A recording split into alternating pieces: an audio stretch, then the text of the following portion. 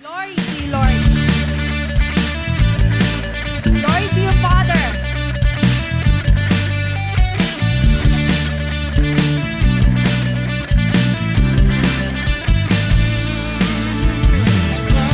Ngunit pagsamba, tanging sa'yo lamang, Diyos na makapangyarihan, magpakailanman.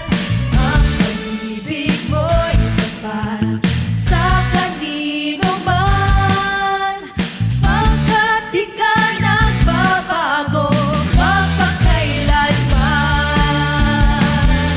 Ika'y aking sasambahin, ngalan mo'y sasambitin, pagkat pag-ibig mo ang siyang mahalaga sa'kin. Sa gitna ng kalungkutan, ika'y papupurihan, pasasalamatan magpakailanman. Papuri sa'yo, Panginoon, aming Diyos.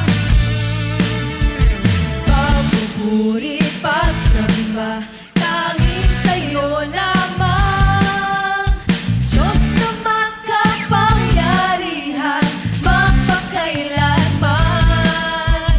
Ang pag-ibig mo'y sapat sa kanino man, pagkat di ka nagbabago, magpakailanman. Papurihan natin ating Panginoon. Ika'y aking sasambahin, ngalan mo'y sasambitin, pagkat pag-ibig mo ang siyang mahalaga sa'kin. Sa gitna ng kalungkutan, ika'y papupurihan, pasasalamatan magpakailanman. Ika'y aking sasambahin, ngalan mo'y sasambitin, pagkat pag-ibig mo ang siyang mahalaga sa'kin. Sa gitna ng kalungkutan, ika'y papupurihan, pasasalamatan magpakailanman. Ika'y aking sasambahin, ngalan mo'y sasambitin, pagkat pag-ibig mo ang siyang mahalaga sa'kin. Sa gitna ng kalungkutan, ika'y papupurihan, pasasalamatan magpakailanman. Pasasalamatan magpakailanman. Pasasalamatan magpakailanman. Isang mapagpalang gabi po sa ating lahat. Welcome po sa Midweek Fellowship. Sama-sama po tayong magpuri at magpasalamat sa ating Panginoong Jesus. At bago po tayo tumuon sa ating pagtitipon, huwag po natin kalimutang i-like and share ang live streaming na ito sa ating mga kaibigan at mga kakilala.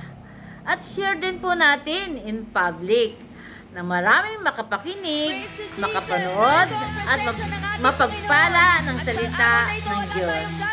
Sige po, sabayan po natin ang anointing band. Hallelujah! Praise to Jesus. Thank you, Lord. Hallelujah.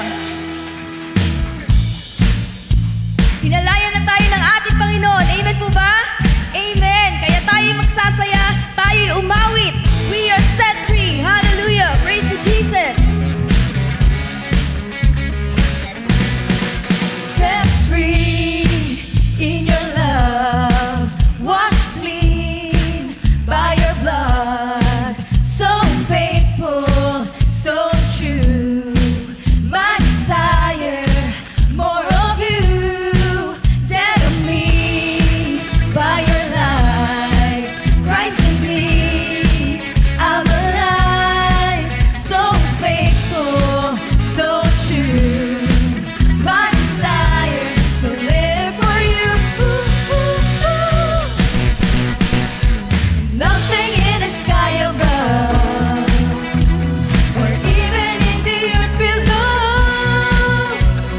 Indeed, nothing in all of creation will ever be able to separate us.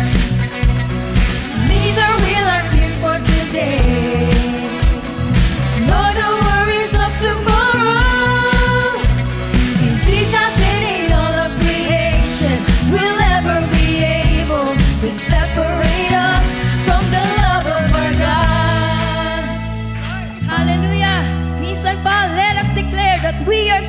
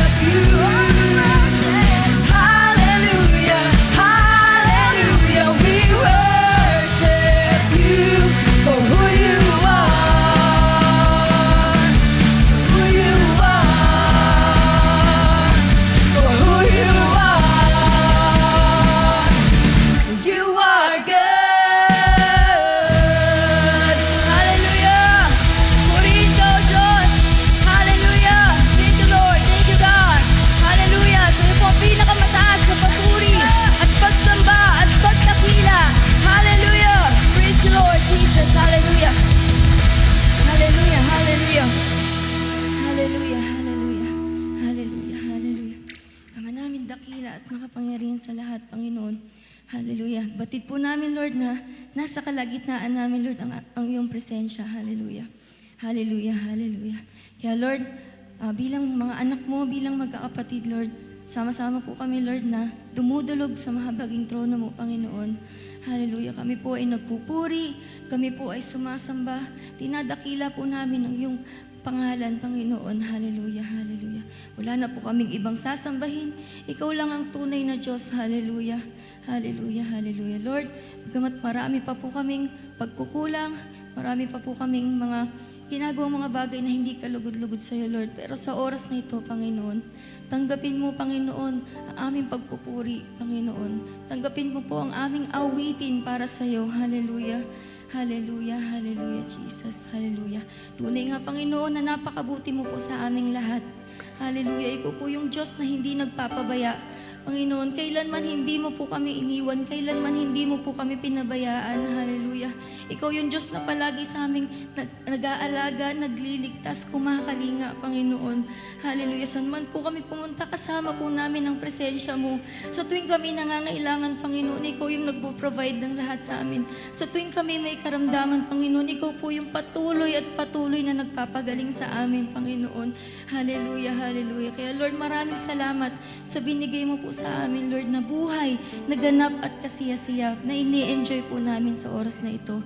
Hallelujah. Kaya Lord, hallelujah, sa oras na ito, Panginoon, wala po kami ibang gagawin, kundi purihin ka, awitan ka, exalt your name, Lord Jesus. Hallelujah, hallelujah, hallelujah. Sama-sama po natin purihan, awitan ng ating Panginoon. Hallelujah.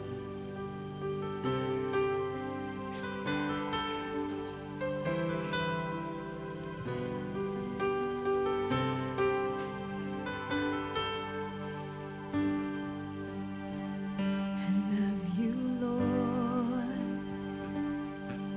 for your mercy never fails me, and all my days I've been held in your hand.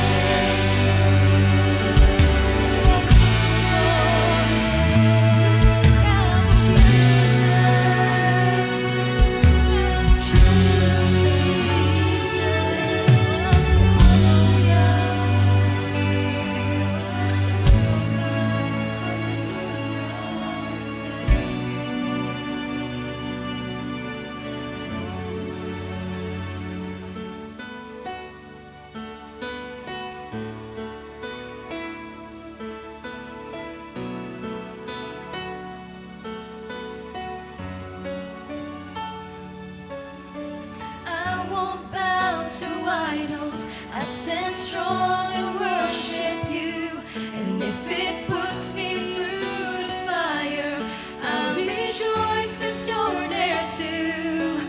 I won't be formed by feelings. I hold fast to what is true. And if the cross brings transformation, and I'll be crucified with you. 'Cause death is just a doorway into resurrection life. And if I join you in your suffering, then I'll join you when you rise. When you return in glory with all the angels and the saints, my heart goes down and singing, my soul will be the same. Oh, Christ be magnified, let His praise arise. Christ be magnified in me. Oh, Christ be magnified from the altar of my life. Christ be magnified in me. Oh, Christ be magnified, let His praise arise. Christ be magnified in me. Oh, Christ be magnified from the altar of my life. Christ be magnified in me.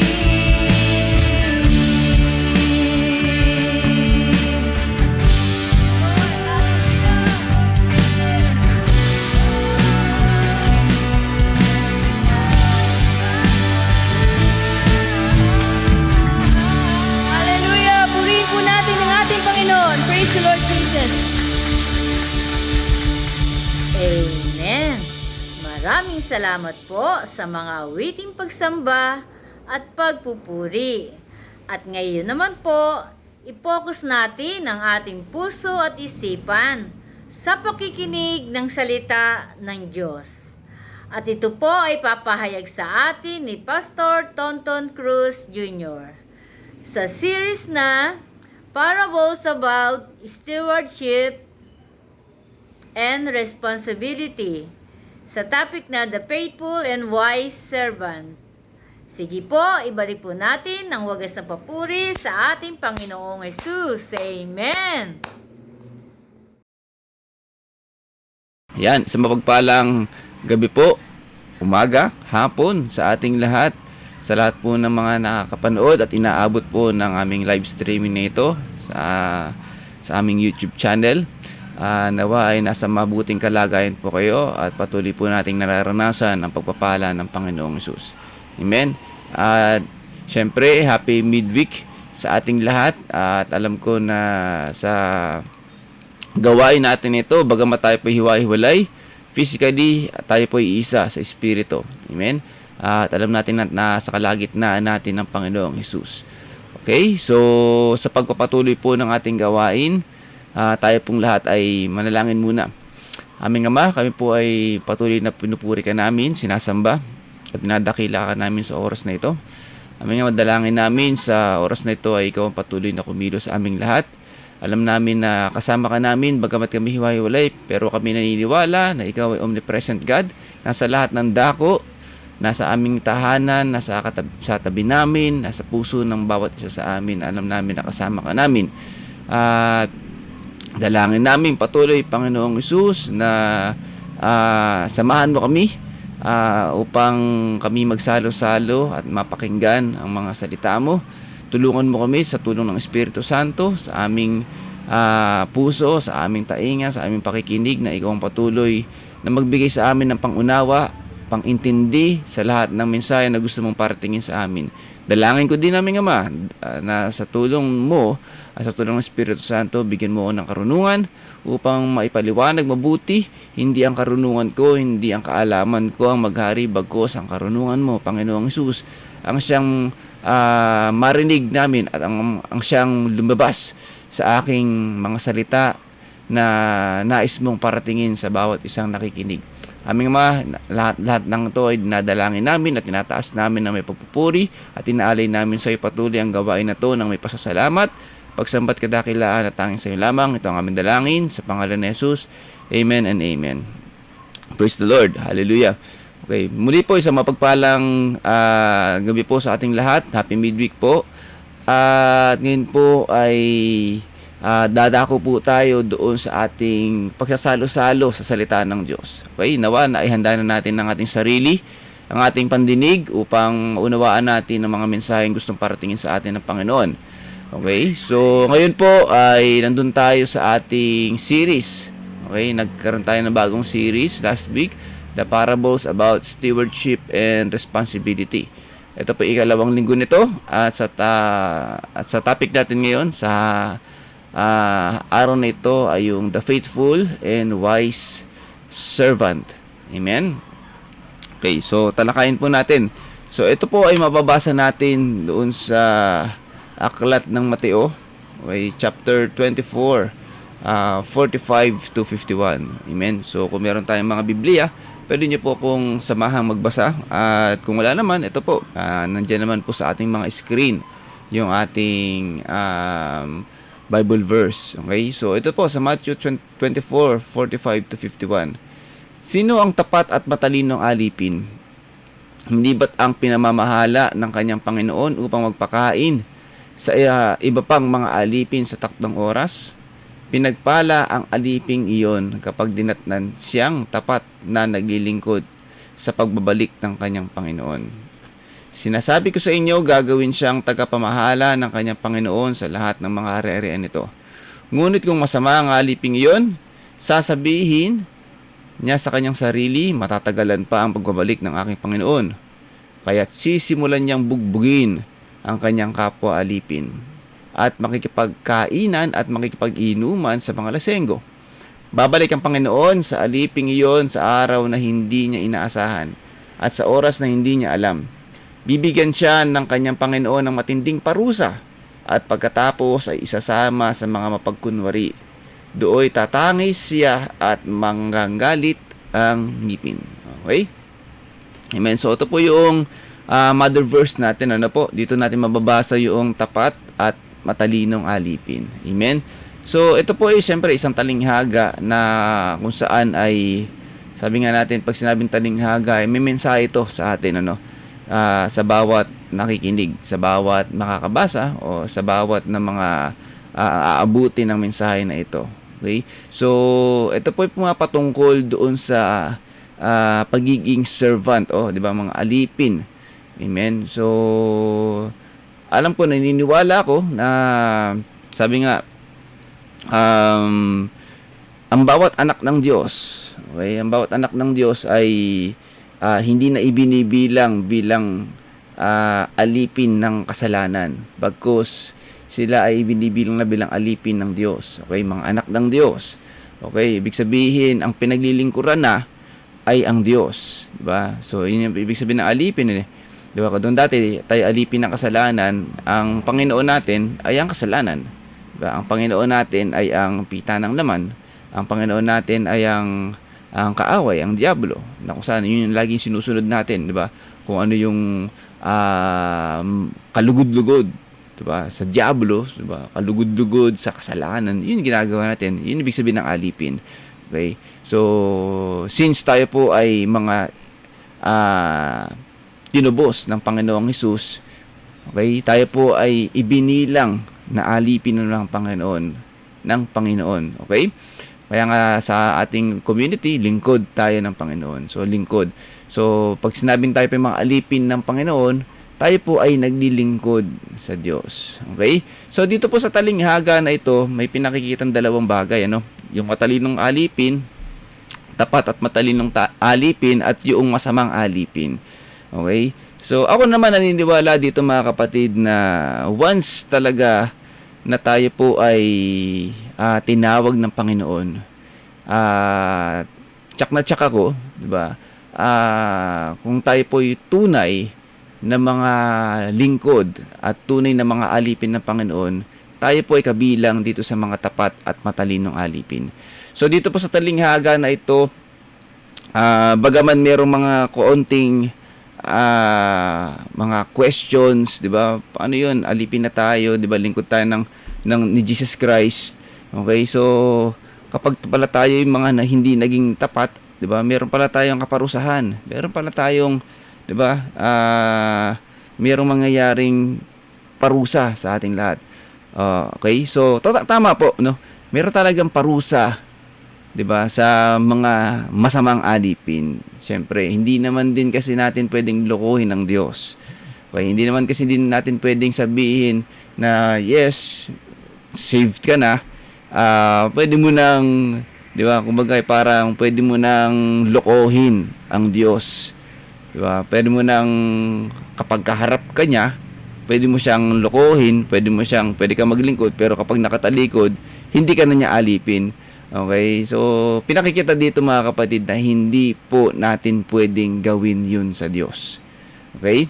Hindi natin pwedeng gawin sa Panginoong Hesus na lokohin. Na tulad ng minsan ginagawa natin sa trabaho, di ba? Kapag nandyan ang boss, pasika tayo. Nandyan ang mga bossing natin, pakitang gilas tayo. Pero pag wala, di ba? Hindi naman tayo mga nagtatrabaho, di man tayo mga, di ba? Para tayong mga boss na din doon. Okay? So hindi po, magkaiba.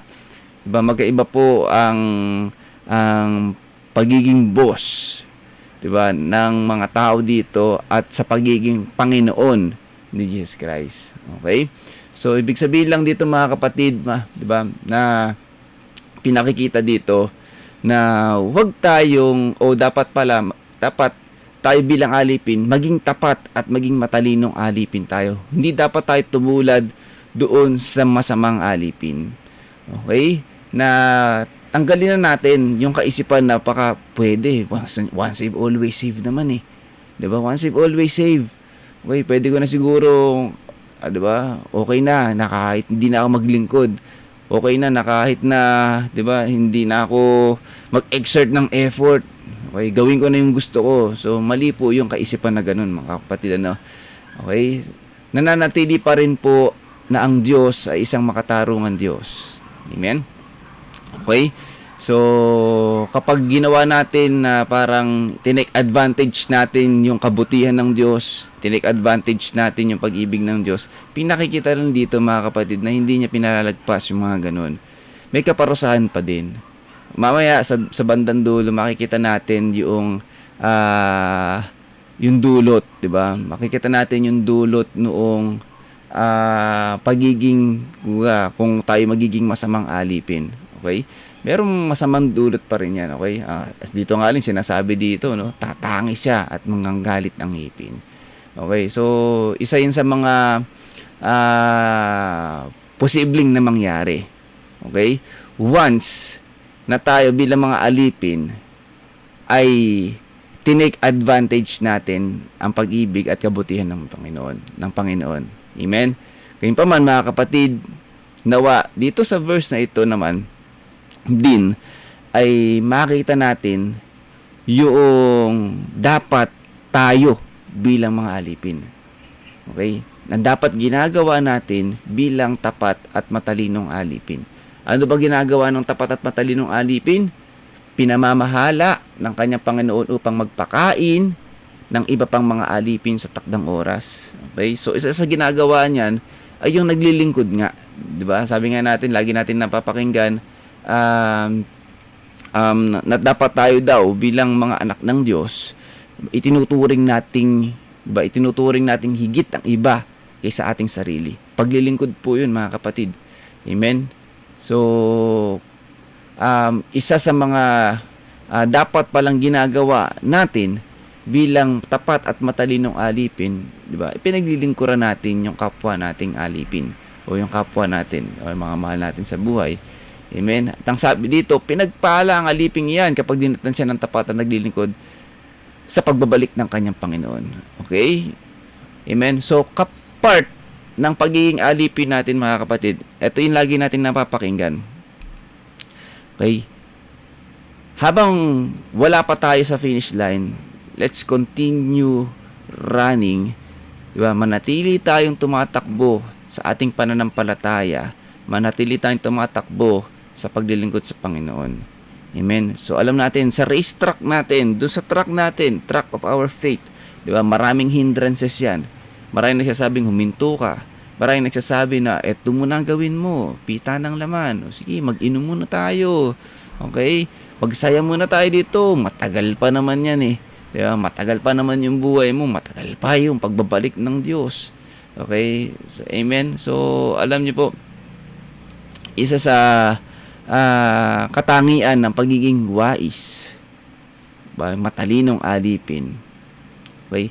Kaya sinabi niya matalinong alipin dito, ano siya, nakatingin siya sa future, hindi lang future dito sa sanlibutan, bagkus yung future na alam niya, sooner or later, makakaharap niya si Jesus Christ. Okay? Kaya siya nagpapatuloy sa paglilingkod.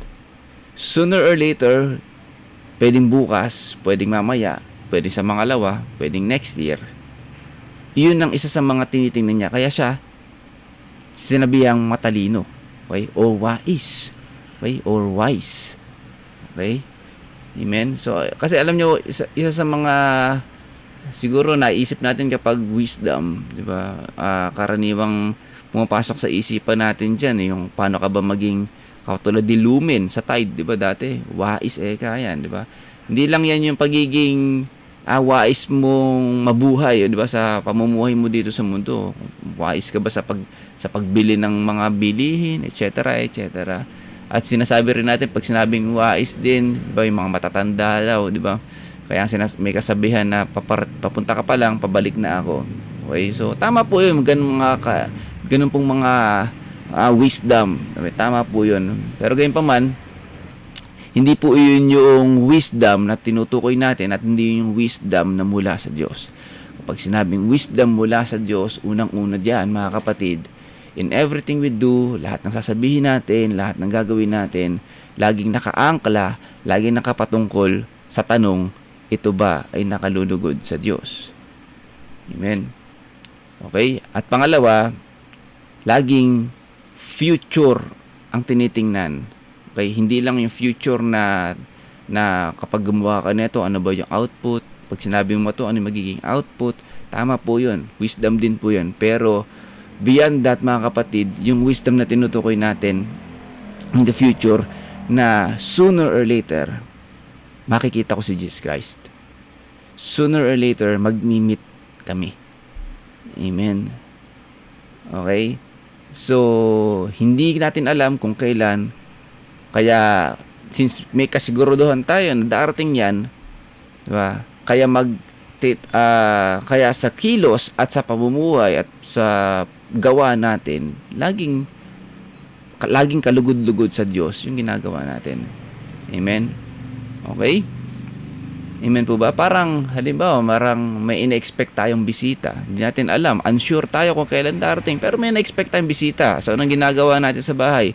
Lilinisin natin mabuti. O, make sure, dapat merong pagkain. O, yung garahe, yung mga etc. Okay? Yung mga banyo, dapat malinis. Amen? Kumbaga, laging handa. May pinaghahandaan tayo. So, yun po yung sinasabi nating tapat at matalinong alipin. Okay? So, kapag dumating yung Panginoon, ready siya. Diba? Kasi nga, naging handa siya. Amen? Nakukuha niyo po, mga kapatid. So, yun po yung isa sa pinakikita sa atin nung talinghaga na ito. Amen? Na hindi naman ito nagkukos dapat ng takot sa atin, pero let's see this sa perspektibo na ito ka dapat bilang isang alipin ng Diyos. Ito dapat yung ginagawa natin. Amen? Hindi dapat tayo yung pasitim-priti lang. Hindi na dapat tayo yung papretim-prete. Okay? Yung tipong pachilax-chilax lang sa paglilingkod. Matagal pa naman yan eh. Dati na nating linya yan, mga kapatid. Bago pa tayo makakilala sa Diyos, di ba? Dati na nating linya yan. Bata pa ako, saka na lang kapag medyo ended na ako, saka ako magsasamba sa Diyos. Di ba? Hindi, nag-aaral pa ako, saka na pag-graduate ko.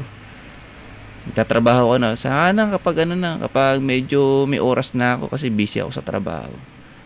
Diba? Saka na kapag kapag napagtapos ko na yung mga anak ko. Diba? Tumanda na at lahat. Saka na kapag gumaling na yung rayuma ko. Yan tayo dati. Laging saka na. Okay? Hindi natin nakikita. Wala tayong wisdom nun Hindi natin alam. Di ba? Na hindi natin hawak ang buhay natin. Di ba? Hindi man natin kontrolado kung hanggang kailan tayo. Amen? So, since tayo po ay may mga karunungan na, meron na tayong wisdom mula sa Diyos, okay, hindi na natin dapat tinitingnan na ang future hawak natin. Na ang future ay malayo. Diba? Na parang malayo pa, matagal pa. Tagal pa ako mawawala sa mundo. Hindi tayo sigurado dyan, mga kapatid. Okay. So, ibig sabihin, pagmula ngayon, diba? Hanggat nandito, may buhay tayo, ngayong araw na to, dapat ito na yung thinking natin. Ito na yung kung paano tayo mag-isip bilang mga lingkod ng Panginoon. Amen?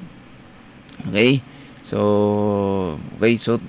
diretso natin, mga kapatid, Basahin din natin, may counterpart din to sa Lucas, pero ang basahin na natin yung sa verse 47. Lucas 12:47 to 48. Okay? Ang sabi din dito, ang aliping nakakaalam ng kalooban ng kanyang Panginoon, ngunit nagpapabaya o ayaw tumupad sa ipinapagawa nito ay paparusahan ng mabigat. Ngunit ang aliping hindi nakakaalam ng kalooban ng kanyang Panginoon, magkulang man siya sa kanyang tungkulin ay paparusahan lamang na magaan. Ang binigyan ng maraming bagay ay hahanapan ng marami, at ang pinagkatiwalaan ng lalong maraming bagay ay pananagutin ng lalong marami. Okay? So, dito naman, dun sa negative side, hindi naman talaga negative. Diba? Kasi dun sa binasa natin kanina, merong masamang alipin. At nawa, hindi natin tularan yun. Okay?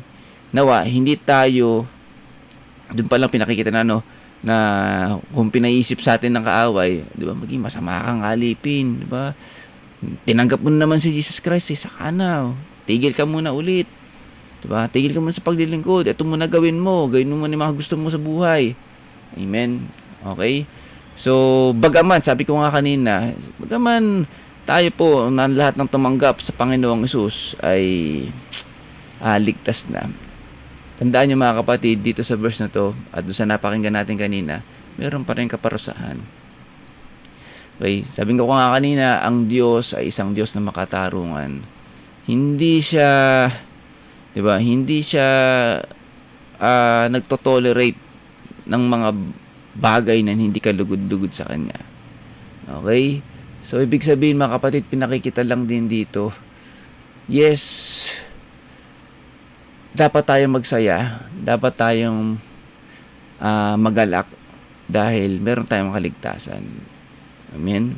Pero, hindi mawawala yun, mga kapatid. Pero, mga kapatid, hindi rin dapat maging, hindi rin dapat maging dahilan yun para tayo naman ay i-take for granted yung kabutihan at kaligtasan na yun.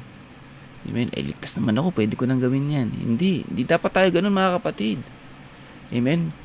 So, kumbaga parang merong din dito ang Diyos na meron ding anong tawag dito?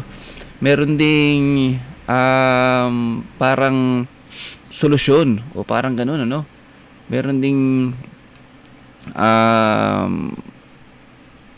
tawag dun sa term na yun, sige, may solusyon ang Diyos para dun sa mga ligtas na ganito pa mag-iisip, So, pinaunawa sa atin, mga kapatid, na meron pa din kaparusahan. Hindi man kasi parusa katulad ng non-believer, okay? Pero meron siyang parusang mabigat. Okay? Lalong-lalo na, mga kapatid, kung alam mo lahat ng kalooban ng Diyos, alam mo yung kalooban ng Diyos, pero nagpapabaya ka, hindi mo ginagawa, ay, mga kapatid, di ba? May kaparusahan yan, di ba? May akmang parusa yan mula sa Diyos. Okay? Kahit nga yung hindi mo alam yung kalooban ng Diyos, pero hindi mo nagagawa. Bagaman maliit lang, magaan lang pero may parusa pa din. Okay, bakit ba kasi hindi mo nalaman? Kasi nga hindi ka nakikinig. 'Di ba?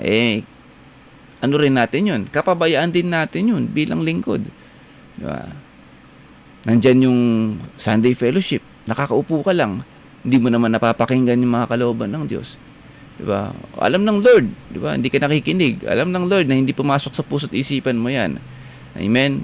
Kaya kung pag nag face to face kayo, 'di ba? Pag nandiyan na yung paghuhukom, alam niya na hindi mo naintindihan 'yan. Gayunpaman, syempre, bakit di mo nalaman? 'Di ba? Hindi ka nakinig. Negligence pa din natin 'yun. So meron pa ding parusa. Amen. Parusa pa din 'yan mula sa Diyos. Kaya nga kung tayo ay mga anak na ng Diyos, 'di ba? Dapat talaga isa sa pamumuhay na natin o lifestyle natin na pakikinig ng salita ng Diyos. Okay? So isipin natin parang napakaano naman, sige, mahirap naman maging Kristiyano. Hirap naman maging anak ng Diyos. Kailangan pa yung mga ganyan. Amen. Alam niyo mga kapatid, ito yung realidad eh. 'Di ba? Maging anak ka ng Diyos o hindi, 'di ba? Haharap tayo sa Panginoon eh. 'Di ba? Hirap naman maging Kristiyano, hirap maging music ministry, hirap naman maging preacher, hirap naman masama sa ministry. Maganda pala, doon na lang ako maging maging tambay na lang ako Ang dami pang Kaya ng sabi ko, maging part ka ng ministry, tanggapin mo si Jesus Christ o hindi. Okay? May paghuhukom na mangyayari. Amen? Harap tayo sa Kanya. Amen? At kung tayo hindi believer at tayo ay nahukom, 'di ba? Humarap tayo kay Jesus Christ na non-believer, mas matindi 'yun, mga kapatid. Amen. Sigurado ko yun na yung sinasabi natin, chicharon forever. Okay? Amen. Yan yung impyerno. Okay? Mas matindi 'yun. Okay? So, kahit anong gawin mo, kahit piliin mo maging engineer, piliin mo maging teacher, piliin mo maging architect, piliin mo maging editor, piliin mo maging manager, lahat ng yan, walang kinalaman, 'di ba, sa walang hanggan. Walang kinalaman yan sa afterlife. Kasi lahat ng yan, iiwanan natin yan. Amen? Okay? Ang kailangan natin paggandaan, talaga, ay tama lang, ipaghandaan natin, asikasukoy natin yung pamilya natin, tama yan. Pero tanggapin natin, hindi iyan ang buhay natin. Hindi iyan ang dahilan kung bakit tayo nilikha ng Diyos. Lahat ng yan, kumbaga para mga side duties lang natin dito sa mundo. Amen? So tayo pong lahat ay tinawag para sa Panginoon. Pero sa kasamaang palad, nung dumating ang kasalanan, maraming tao ang hindi humahanap sa Diyos. At maraming tao ang lumihis doon sa purpose ng pagkakalikha. Mas pinili ang buhay dito sa mundo. Amen? Mas pinili na bigyan ng satisfaction ang mundong ito. Amen? Imbis na bigyan ng satisfaction yung Diyos na lumikha sa atin. Yun po ang realidad na nangyayari. Kaya mas mabigat po ang parusa kapag ang isang tao ay dinatnan ng kamatayan na siya po ay walang pananampalataya kay Jesus Christ. Amen? Okay? So, tayo as believers of Jesus Christ, amen, na tumanggap kay Jesus Christ, amen? So, pinakikita pa rin sa atin dito, di ba? Na hindi nagtatapos na ikaw ay believers. Ikaw ay unless ikaw ay, di ba, ikaw ay believer, ikaw ay tumanggap kay Jesus Christ, unless nung pagtanggap mo katulad nung magnanakaw doon sa pagkapako ni Jesus Christ, yung katabi niya, namatay na siya, tinanggap niya, ligtas na siya. Pero sa atin, as believers, na nabubuhay ka pa rito, Ibig sabihin, may purpose ang Diyos na ibinigay pa sa iyo dito habang ikaw ay nabubuhay. Habang ikaw ay nabubuhay bilang Kristiyano, may purpose ka dito. Amen? May pinagagawa sa iyo. Sabi nga natin, we are ambassadors of Jesus Christ dito sa mundo nung tayo po ay naging mga believers. Okay? So, as ambassadors, as believers of Jesus Christ, isa rin ng bilang mga lingkod, bilang mga alipin ng Panginoon, isa rin sa pinapaalala sa atin ngayon, mga kapatid, na maging matalino at tapat na alipin tayo. Amen? Gawin natin palagi kung ano ang nakalooban ng Diyos. Amen? Huwag na nating entertain kung ano man yung sinasabi ng kaaway na tumigil ka muna, saka na yan. Mga kapatid, malinaw po sa talinghaga na nabasa natin, may parusa din. Amen? At tayo, ayaw natin ng parusa. Simula ng bata, ayaw tayo nang napapalo tayo, di ba? Ayaw natin na tayo po ay nasisinturon. Amen? O kahit sa trabaho, ayaw natin nabibigyan tayo ng mga memo, bibigyan tayo ng mga disciplinary actions. Amen? Ayaw natin nun. Kaya pinagbubuti natin. Ganun din. Okay? Bilang alipin, dapat pinagbubuti din natin. Sa trabaho, nagagawa natin. Tayo, higit pa ba yung trabaho sa pagiging anak mo ng Diyos? Higit pa ba yung trabaho sa pagiging alipin mo ni Kristo? Diba? Kung nagagawa nating ibigay yung best natin sa trabaho, the more na kaya nating gawin yung best natin bilang lingkod ng Panginoon. Amen? Okay? So, ano ba ibig sabihin din ng mga tapat na alipin? Okay? Sinabi po sa Mateo chapter 25 verse 21, sinabi sa kanya ng Panginoon, magaling, tapat at mabuting lingkod. Halika, samahan mo ako sa aking kagalakan. Naging tapat ka sa kaunting halaga, kaya gagawin kita ang tagapamahala ng malaking halaga. Amen? So, alam natin ito, no, yung tatlong alipin, talinghaga dun sa tatlong alipin, na isang binigyan ng 5,000, isang binigyan ng 2,000, at isang binigyan ng 1,000 pilak. Okay? So, yung dalawang alipin doon, na binigyan ng 5,000 at 2,000, ito po ay ginamit nila. Kinalakal, diba, pinalago. At yung 1,000, hindi niya kinalakal yan. Kaya bagkus ibinaon sa lupa. Amen?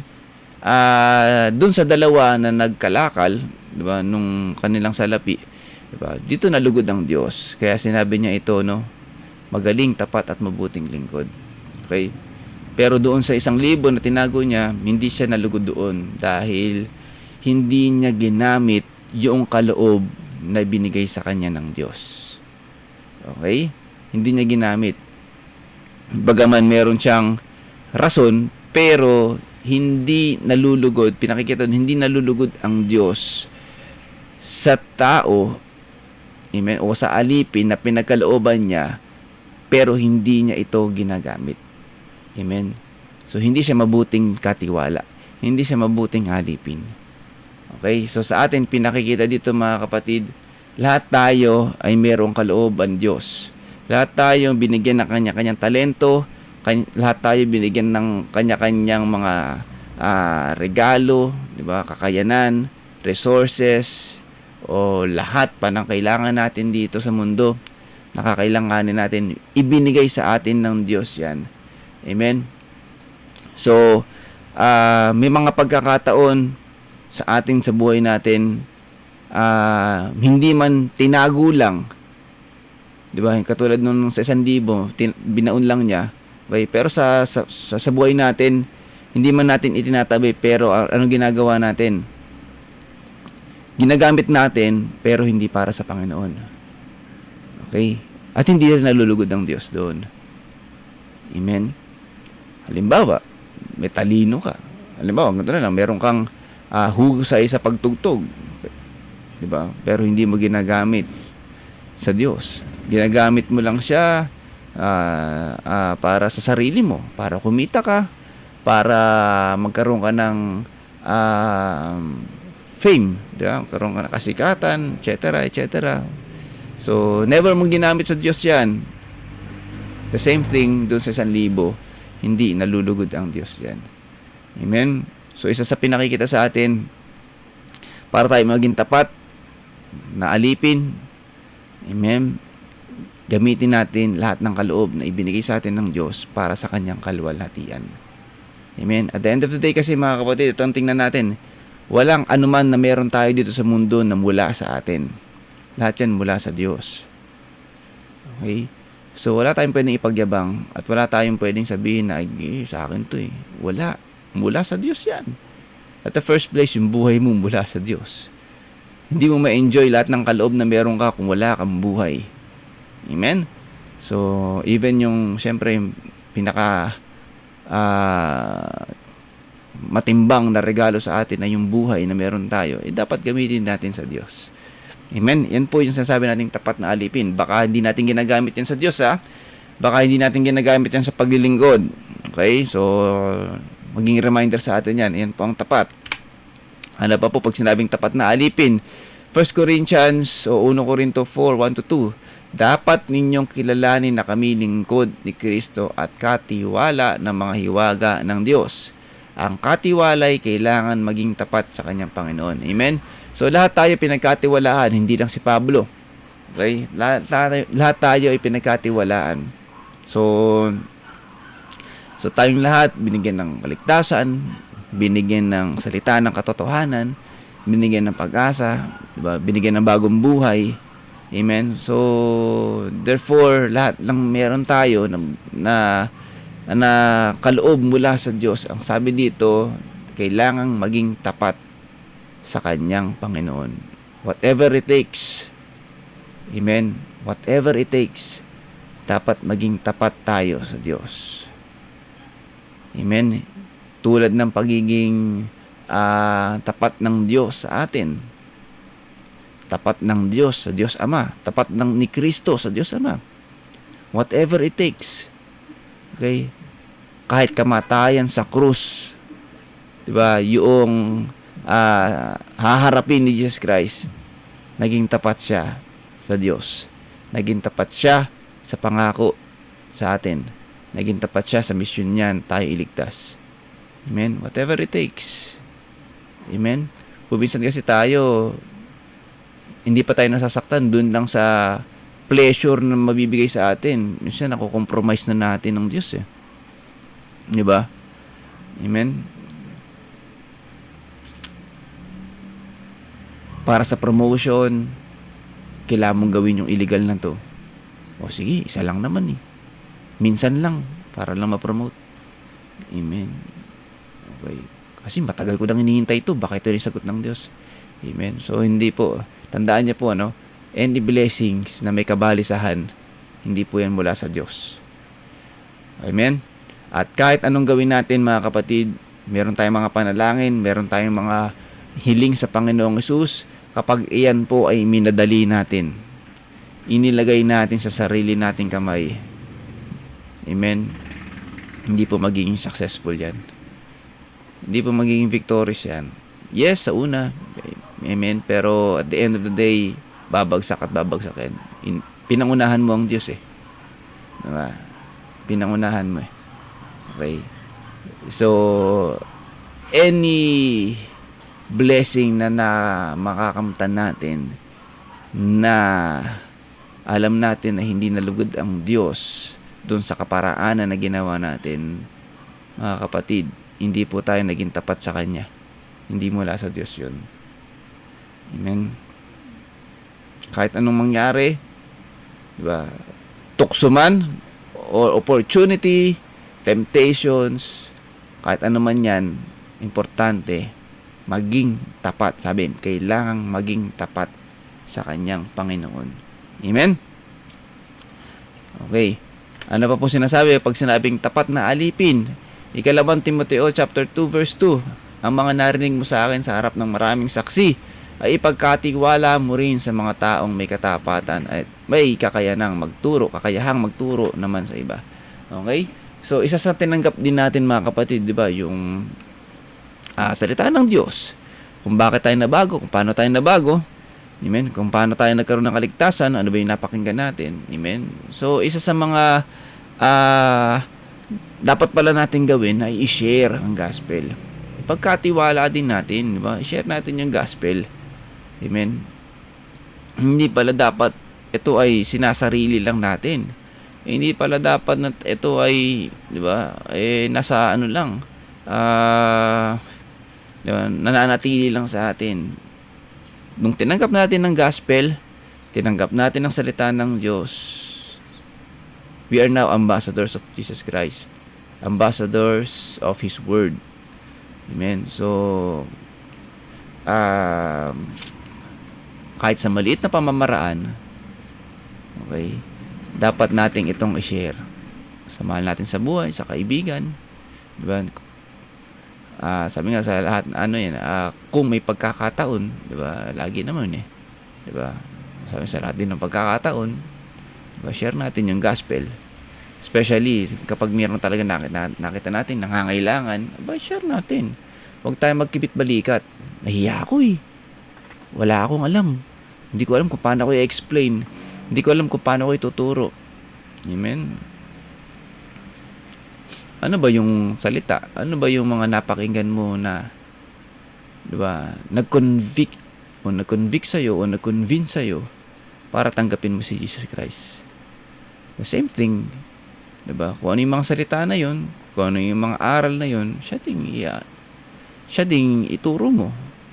Amen? Ano ba yung mga salita ng Diyos na nakapagpalakas ng kalooban mo nung ikaw ay nagkaroon ng pagsubok? Nakatulad nung siguro, diba? Kung pareho kayo ng pinagdadaan ng pagsubok, yun na i-share mo.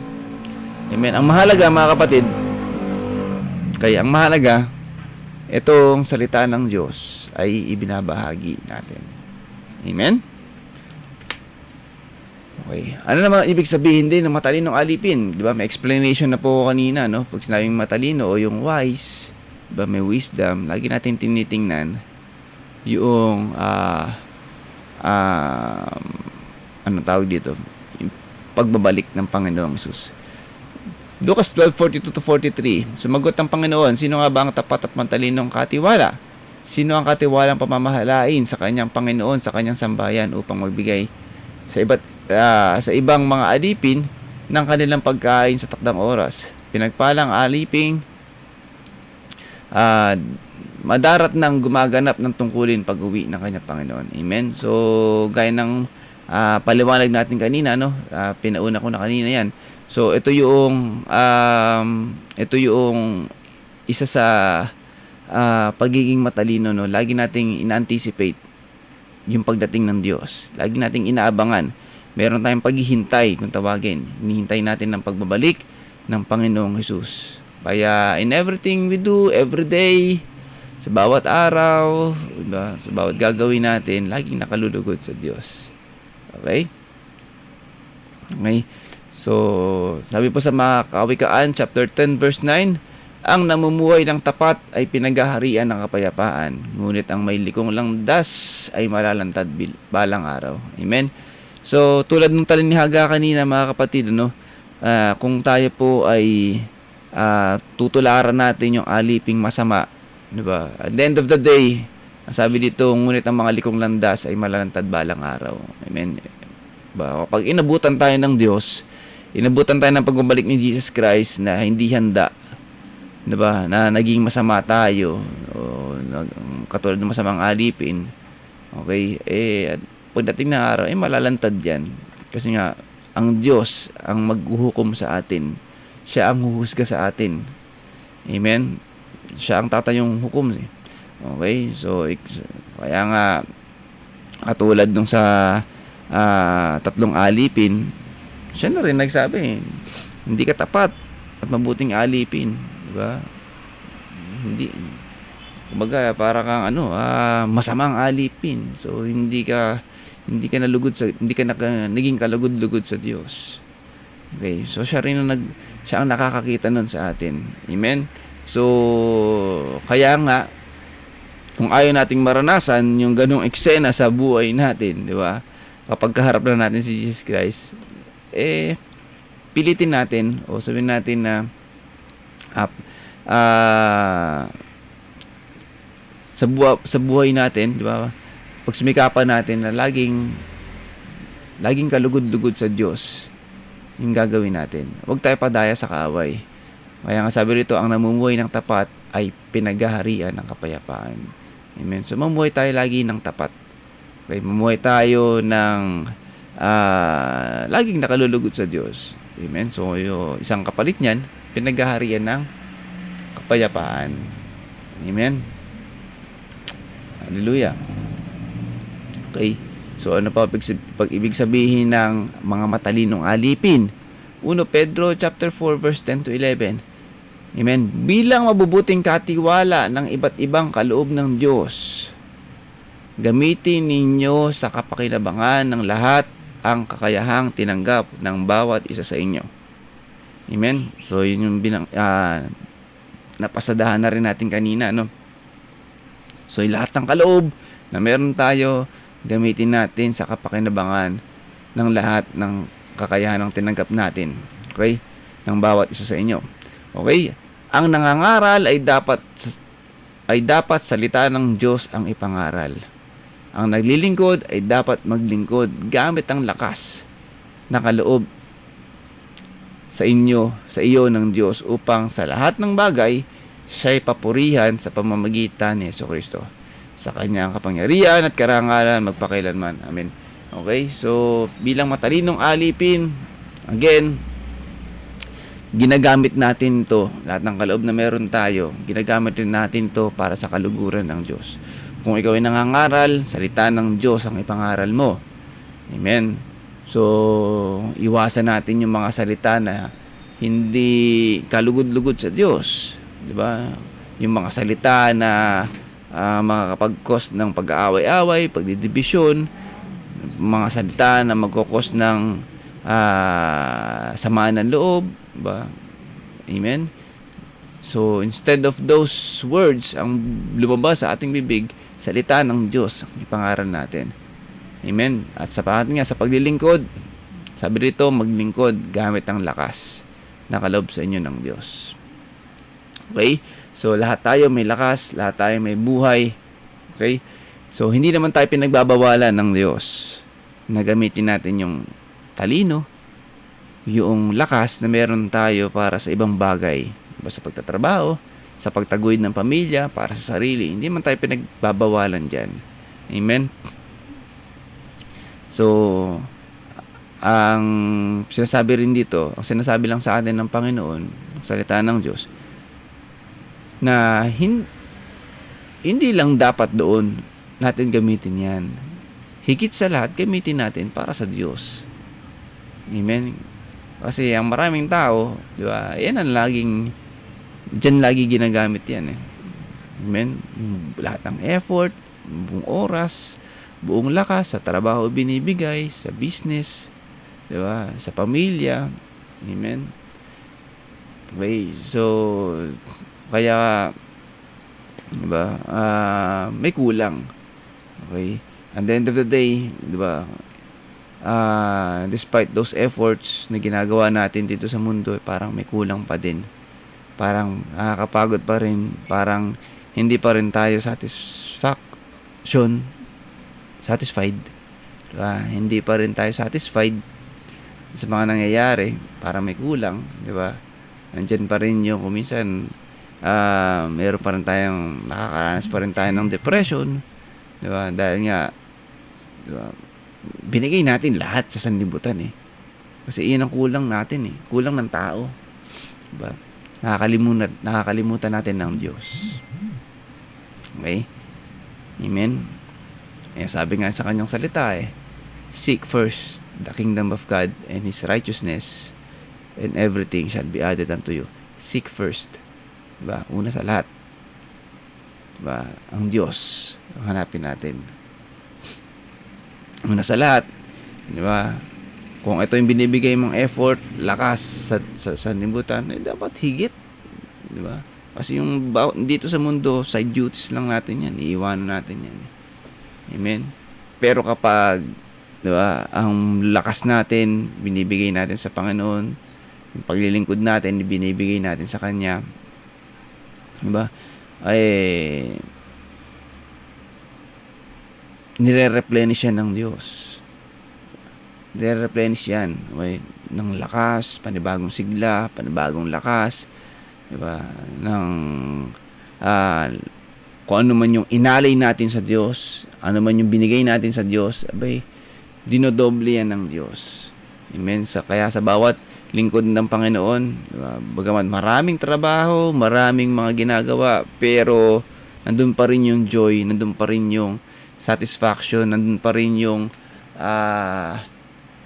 sayang mabuhay kahit na may mga karamdaman, diba, may pagsubok, may problema, pero nandun pa din yung pag-asa na nananatili. Amen? So, yun po ang kainaman kapag tayo po ay ibinibigay natin yung ating yung mga kaloob sa atin ay binabalik natin sa Panginoong Hesus. Amen? Okay? So, syempre, bilang isang mabuti o tapat at matalinong alipin, ano ba yung mga dapat na nag-e-exist o nagahari sa atin bilang isang tapat at matalinong alipin? Syempre, dapat nandyan yung pagsunod sa Diyos. Lagi yan. Okay? John 14:15, saka yung verse 23. Kung iniibig nyo ako, tutuparin niyo ang aking mga utos. Amen? So, dapat hindi nawawala yan, ano? Okay? So, nandyan yung laging pagsunod natin. Pagtupad natin sa mga utos ng Diyos. Okay? Wala dapat yan mintis. Okay? So, kung minsan, nagkakamali tayo, kung minsan, di ba, nadadapa tayo, minsan nakakalimutan natin yung pagsunod na yan. Pero hindi tayo masaya. Hindi tayo, di ba, consistent dapat na araw-araw, di ba, may sinusubay tayong utos. Hindi. Amen. Dapat lagi natin yan, laging nasa checklist natin yan. Nasa lifestyle na natin yan. Nasundin lagi ang utos ng Diyos. As part ng pagmamahal natin sa Diyos. Amen. Sabi rin sa verse 23, sumagot si Jesus, ang umibig sa akin ay tumutupad ng aking salita. Okay? Okay, tumutupad ng aking salita, yung salita ng Diyos. Iibigin siya ng aking Ama at kami pupunta at mananahan sa Kanya. Ang hindi tumutupad sa aking salita ay hindi umiibig sa akin. Ang salitang narinig nyo ay hindi sa akin kundi sa Ama na nagsugo sa akin. Amen? So, at the first place, pinakikita rin dito yung kahalagahan ng salita ng Diyos. Ano ipapamuhay nating salita kung wala tayong napapakinggang salita ng Diyos? Kung pinapakinggan man tayo, hindi naman natin isinasabuhay, hindi naman natin pinapakinggan mabuti, hindi natin ipinapasok sa ating puso, wala rin. Amen? So, ibig sabihin, mga kapatid, meron tayong problema sa pagsunod sa Diyos. Amen? Kung wala tayong susundin, wala tayong alam na susundin natin, dahil di tayo nakakapakinig, hindi natin sineseryoso ang salita ng Diyos, bagsak tayo doon sa part na pagsunod sa Diyos. Amen? So, kailangan, di ba,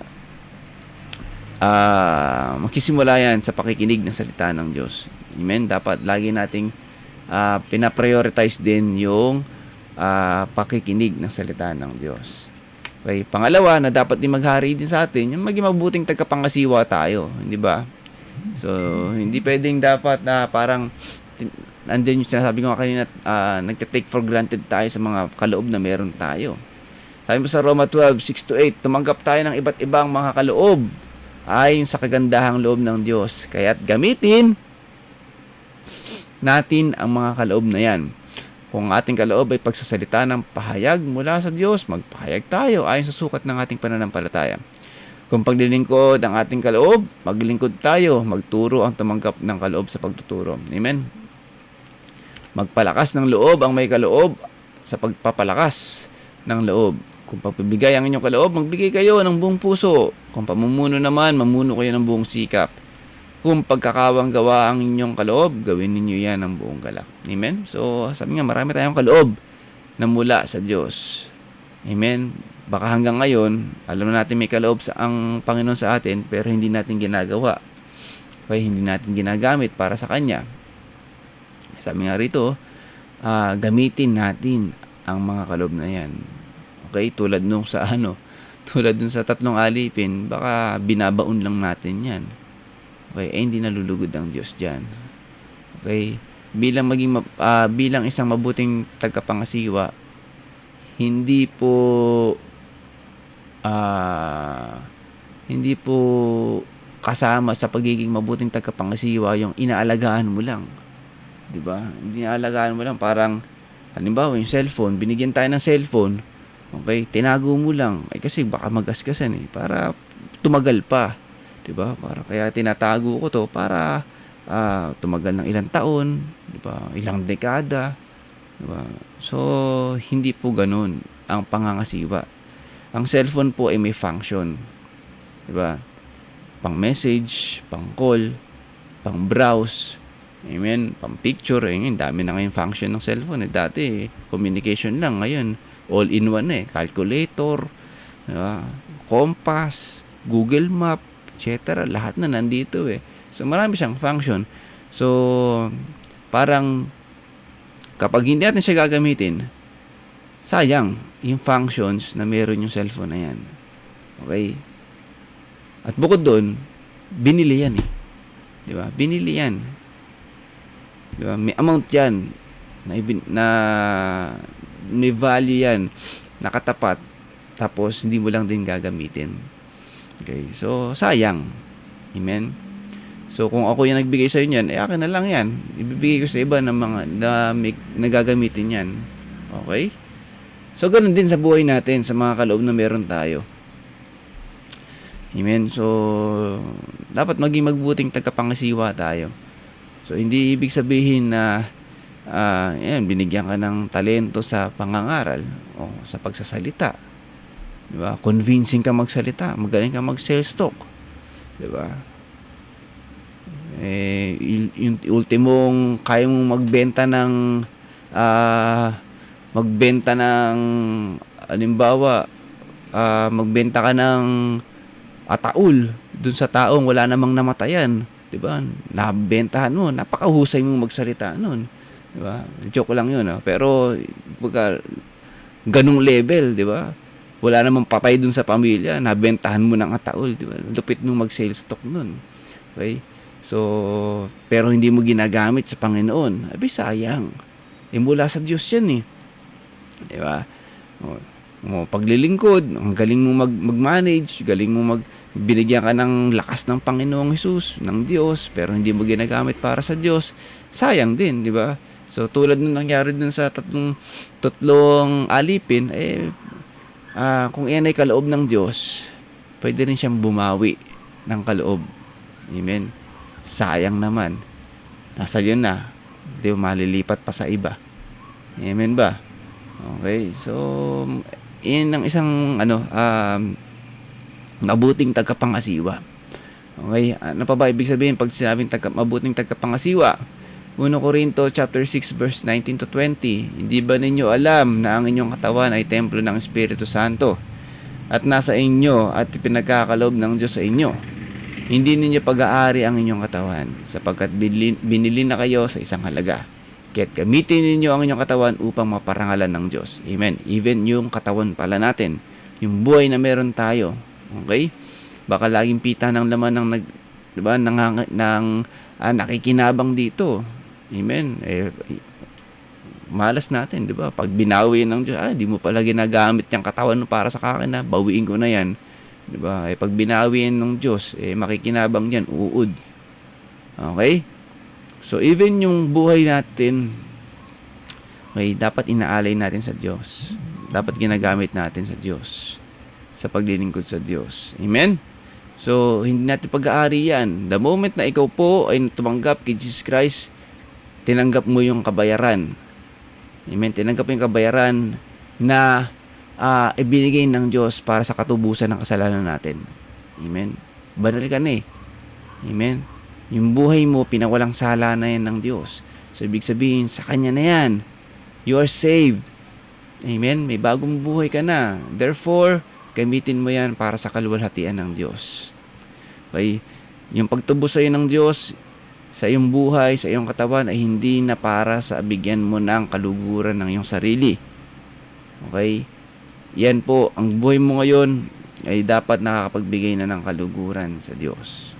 Gamitin mo sa paglilingkod sa Kanya. Even yung iba pang mga blessings na meron tayo. Family, trabaho, di ba? Negosyo, whatsoever, lahat ng yan, gamitin mo sa Diyos. Bigyan mo ng pagpapahalaga yan.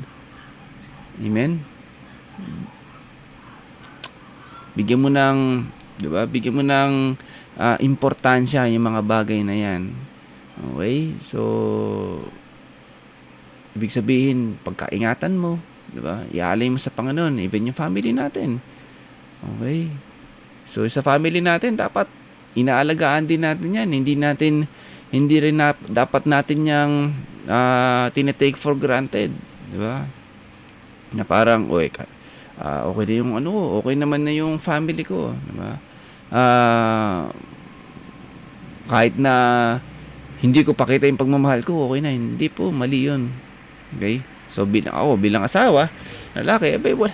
So, isa sa pag-aalaga ko sa family ko, hindi ko sasaktan ng asawa ko.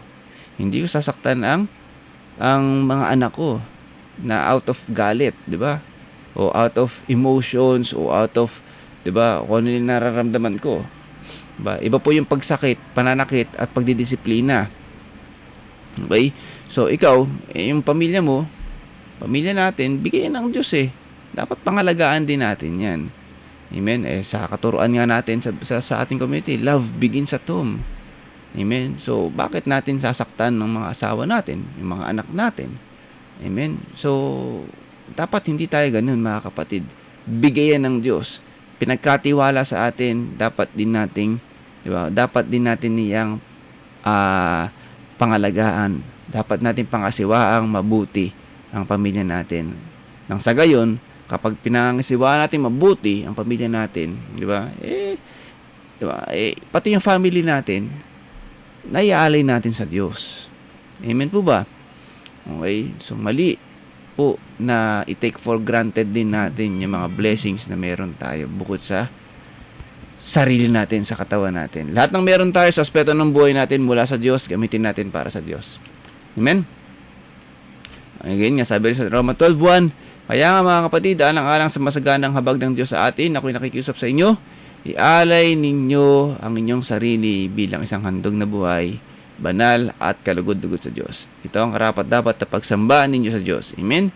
So, buhay natin, dapat nating ialay yan bilang isang handog na buhay, banal at kalugod-lugod. Amen? So, alam na natin ibig sabihin nito. Laging dapat diba, laging kalugod-lugod sa Diyos. So, wala na yung pita ng laman, hindi na kasalanan yun ng naghahari sa atin. Diba? Dapat sa bawat araw, kumbaga, sinasapak natin palayo ang kasalanan.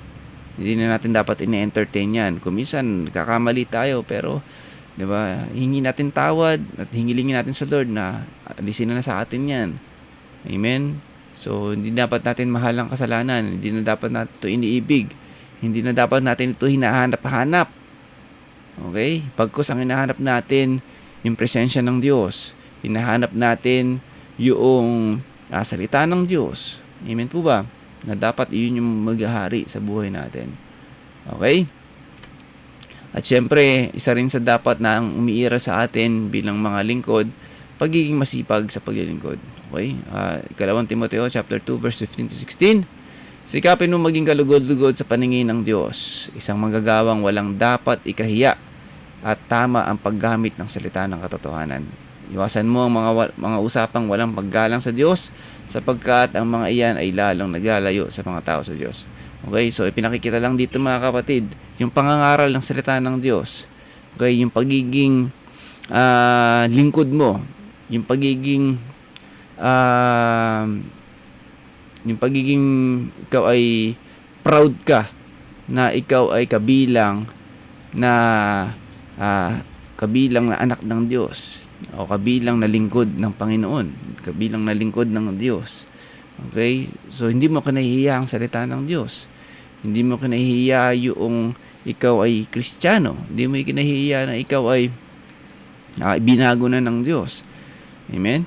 So, ibig sabihin, kahit na ang mga kasama mo ay hindi mga Kristiyano, dapat hindi ka rin, kung alam mong yung mga usapan na ganyan na hindi nakalulugod sa Diyos, bagamat hindi mo sinasaway, di ba? Kasi may personal yun. Pero hindi ka na dapat nakikisali. Di ba? Hindi ka na nakikisang-ayon. Okay? So, kung may pagkakataon din, pwede mo rin namang ipangaral ang salita ng Diyos. Amen? So, part 2 ng paglilingkod, no? So, part 2 ng paglilingkod natin sa Panginoon, yung magiging hindi man actively na pangangaral, pero dun sa ganung pamamaraanan, di ba? Yun na hindi mo ikinahihiya ang salita ng Diyos, pagiging saksi mo na yun, di ba? Pagiging saksi mo na yun na ikaw ay binago na ng Diyos. Ikaw ay anak ng Diyos. Sabi rin sa Colossus 3:23, anuman ang inyong ginagawa, gawin ninyo ng buong puso na parang sa Panginoon kayo naglilingkod at hindi sa mga tao. Okay? Okay, so again, mga kapatid, yan, sa pag sinabing maging masipag sa paglilingkod, amen, yan, lagi natin gagawin yung lahat ng bagay, lahat ng kung ano man yung ginagawa natin, laging para sa kalulugod ng Panginoon, para laging para sa kaluwalhatian ng Diyos. Okay, especially sa paglilingkod natin, 'di ba, sa ministry, ikaw kung ano yung kung ano yung inassign sa iyo ng Diyos na kabibilangan ng ministry, gawin natin mabuti, 'di ba? Maging mag-participate tayo. Gawin natin kung ano yung task na meron tayo para sa kaluwalhatian ng Diyos. Maging masipag tayo doon sa tungkulin na itata sa atin bilang lingkod ng Panginoon. Okay? Amen? So, lastly, mga kapatid, 1 Corinto chapter 3 verse 14 to 15. Okay? Kung ang itinayo sa ibabaw ng pundasyon ay hindi masunog, tatanggap siya ng gantimpala. Tatanggap ng gantimpala ang nagtayo doon. Ngunit kung masunog man, mawawalan siya ng gantimpala. Gayunman, maliligtas siya, kaya lang ay para siyang nagdaan sa apoy. Okay? Amen? So, ito po yung tinutukoy ko kanina, okay, na para, syempre, tungkol dun sa talinghaga natin, tungkol sa tapat at matalinong alipin. Amen? So, again, sa buhay natin, lagi tayong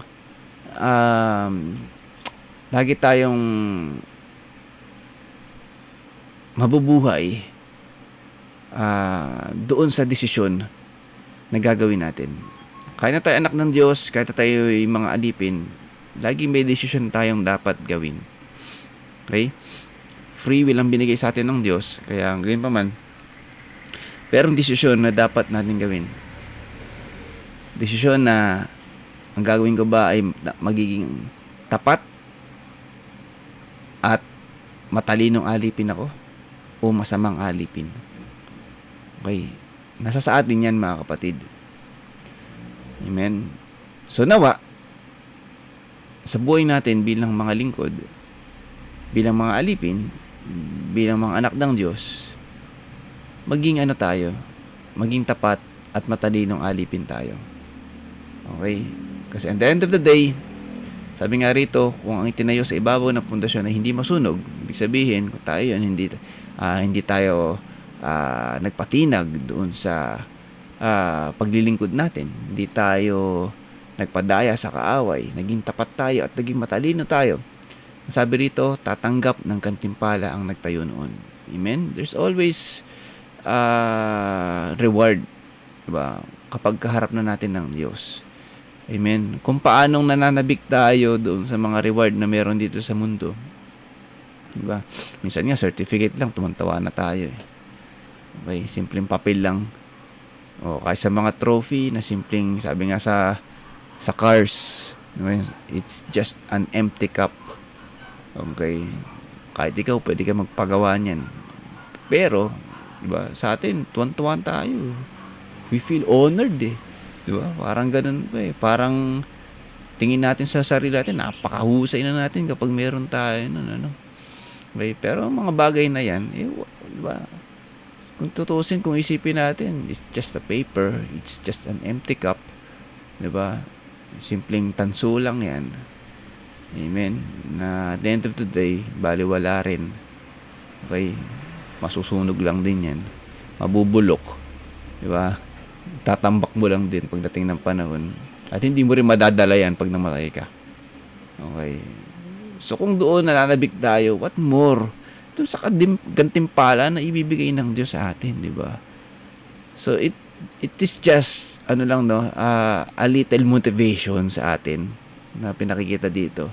O motivation para sa atin na maging tapat at mabuting alipin tayo. Maging tapat at maging matalinong alipin tayo. Kasi at the end of the day, pag nakaharap natin si Jesus Christ, beyond our imaginations, di ba? Malamang kung ano yung gantimpala na pwedeng ibigay sa atin ng Diyos. Sabi nga dun sa kanyang salita kanina, nabasa natin, pamamahalaan tayo ng mas malaking bagay. Di ba? Imagine niyo ano yun? Ano yung mas malaki na yun? Dapat, di ba, isa sa nag-motivate sa atin yun. Aside from, di ba, ligtas tayo, di ba, kapag kaharap natin ng Jesus Christ, meron pa palang reward. Dapat nilook forward natin yan. Di ba? Dapat, di ba, isa sa mga pinananabikan natin yan. Amen? So, kaya, nawa, sa na to, dapat, di ba, piliin natin maging mabuti, tapat, at matalinong alipin. Okay? So, sa verse 15, ayaw natin maging masamang alipin eh. Ito yun eh. Kung ngunit kung masunog naman, mawawalan siya ng gantimpala. So, kawawa naman. Diba? So, okay lang. Wala nang gantimpala. Ligtas naman ako. Pero sabi nga rito, gayon man, maliligtas siya. Kaya lang, ay para siyang nagdaan sa apoy. Ito'y parusa. Amen. Imagine niyo, para siya nagdaan sa apoy. Ang sakit nun. Di ba? Yun nga lang, konting baga lang, masakit na yun eh. Diba? So, huwag na nating pangarapin na dumaan pa rito dun sa, di ba? Nagdaan ka sa parang nagdaan sa apoy. So, huwag na natin pangarapin yun. Di ba? Ang pangarapin natin yung gantimpala. Amen po ba? Ang pangarapin natin yung reward na inihanda sa atin ng Diyos. Kaya bilang isang tapat at matalinong alipin, mula ngayon at sa mga darating na araw, expect natin o tingnan natin na lagi nating isipin na anytime pwede nating makaharap si Jesus Christ. Pwede siyang dumating o pwede tayong mawala sa mundong ito. Either way, makakaharap natin si Jesus Christ. At kapag nakaharap natin siya, di ba, ready tayo na sabihan, tapat at mabuting alipin. Okay? So, nawa, sa oras na ito, sa salita ng Diyos na pinagbulay-bulayan natin, ma-remind ulit tayo, di ba, ng mga pinapaalala sa atin. Sabi nga natin, lagi naman sa bawat araw, sa kabisihan natin, kung minsan, nakakalimutan natin, di ba, ang mga salitaan ng Diyos. So, nawa ay napaalalahanan tayo na maging tapat at matalinong alipin sa gabi na ito. Again, bitbitin natin to, hindi lang ngayon gabi, bagkus sa bawat araw, sa bawat panahon pa na darating. Okay? Hindi natin alam kung kailan. Ang mahalaga, handa tayo. Amen? So muli po, mapagpalang gabi po sa ating lahat. Tayo po manalangin. Aming Ama, maraming salamat sa salita mo, sa biyayang salita na pinagkaloob mo sa amin. Dalangin namin na ito po ay tumimo sa aming puso at isipan, na ito ay patuloy na ito po ay maisapamuhin namin. At dalangin namin, Lord, na patuloy mo kami bigyan ng lakas at desire na maging tapat at matalinong alipin sa bawat araw. At patuloy mo kaming bigyan ng uhaw palagi sa iyong salita, at maging sa bawat gagawin namin sa bawat araw ay laging nagkalugod-lugod sa iyo ang aming gagawin, na sa aming paghihintay habang naglilingkod sa iyo ay laging mabigyan ka ng kapurihan, pagsambat kadakilaan. Maraming salamat, O Diyos, sa lahat ng pagpapala na pinagkaloob mo, sa aming lahat, Lord, sa aming community, sa lahat ng manggagawa at members, kasama ng aming mga pamilya, sa lahat ng pagpapala, pag-iingat, sa lahat ng aspeto ng aming buhay. Maraming salamat sa kagalingan, maraming salamat sa pag-iingat, maraming salamat Ito po ang aming dalangin sa pangalan ni Jesus. Amen and amen. Muli po, mapagpalang gabi po sa ating lahat.